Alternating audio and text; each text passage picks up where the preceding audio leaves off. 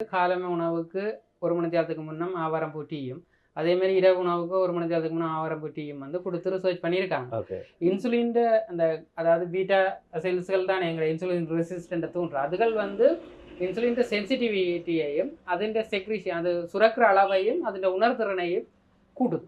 அப்ப அதனால முக்கியமாக வந்து உடற்பருமன் இன்சுலின் வந்து கணக்க பிரச்சனையை அதாவது ரத்தத்தில் குளுக்கோஸின் அளவை கூட்டுறது அப்படியான எல்லா விஷயங்களையும் செய்கிறது கட்டுப்படுத்துறது எல்லாமே இன்சுலின் தான். இன்சுலின் வந்து சரியாக சுரக்க வழி கிடைக்க நீரிழிவு பிரச்சனையோ உயர் மேட்டது உடம்பு வைக்கிற பிரச்சனையோ எல்லாமே வந்து ஆட்டோமேட்டிக்காக கட்டுப்பாட்டுக்கு வருது. அப்போ அது வந்து மிகப்பெரிய அளவில் இன்றைக்கு கொண்டாடப்பட்டிருக்கு. ஏனெண்டா அது விஞ்ஞான ரீதியாகவும் வந்து உறுதிப்படுத்தப்பட்ட விஷயங்களாக இருக்கு. அப்போ அது மக்கள் நிறைய பேர் வரவேற்கணும். இந்த ஆவாரம்பூவை நீங்கள் எடுத்து எப்படி பதப்படுத்தி என்ன மாதிரி இதை செய்யுங்க? இது வந்து நாங்கள் நிறைய இடங்களில் பார்த்தோம்னு சொன்னால் ஆவாரை வந்து சும்மா எல்லா இடமும் முளைச்சிருக்கும் கூடிய அளவு.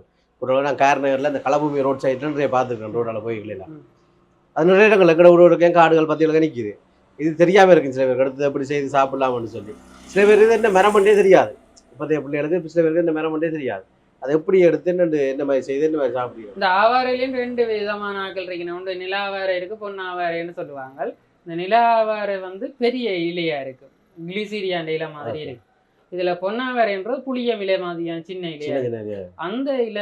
அந்த ஆவாரம்பூ இந்த பூவை தான் நாங்கள் பயன்படுத்தக்கூடிய மாதிரி இருக்கும். அடுத்த விஷயம் என்னென்னா, இந்த ஆவாரம்பூவை நாங்கள் காய வச்சு எந்த பொருளும் வந்து ப்ரொசஸ் பண்ண அதுன்ற நியூட்ரிஷன் வேல்யூன்ற சத்துக்கள் எல்லாமே குறைஞ்சு கொண்டு தான் போகும். ஆனால் பச்சையாக நீங்கள் எடுத்து அவிய குடிநீராக்கியோ இல்லாட்டி சாயத்தை எடுத்தோ சாப்பிடக்க உண்மையாக சூழலில் கிடைக்கிறத சாப்பிடக்க பெரிய அளவு சத்துக்கள் கூட.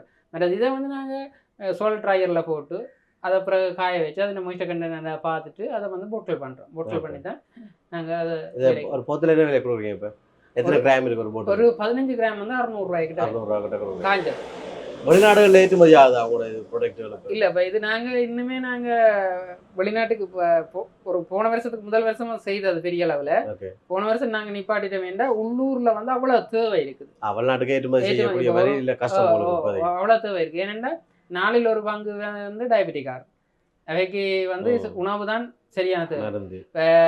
வெளிநாடுகள்லையும் வந்து அதே மாதிரி தான் நீரிழிவு நோயோடையும் ஏதோ ஒரு பிரச்சனையோடையும் தான் இருக்குது. அவங்கெல்லாம் எங்களோட ப்ராடக்டை வாங்கி சாப்பிட போகிறாங்க.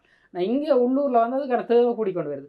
போன வருஷம் நாங்கள் எக்ஸ்போர்ட் பண்ணல, இந்த வருஷம் எக்ஸ்போர்ட் பண்ணக்கூடிய வாய்ப்பு வராது. என்னென்னா எவ்வளவுக்கு உற்பத்தி செய்கிறோமோ அவ்வளவுக்கு அழிஞ்சுக்கிட்டே இருக்கு. வெளிநாட்டில் இருக்கிறாங்க தேவைன்னு சொன்னால் என்ன செய்வீங்க? இங்கே வாங்கி எங்களோட நம்பருக்கு கால் பண்ணி ஆர்டர் செய்தால்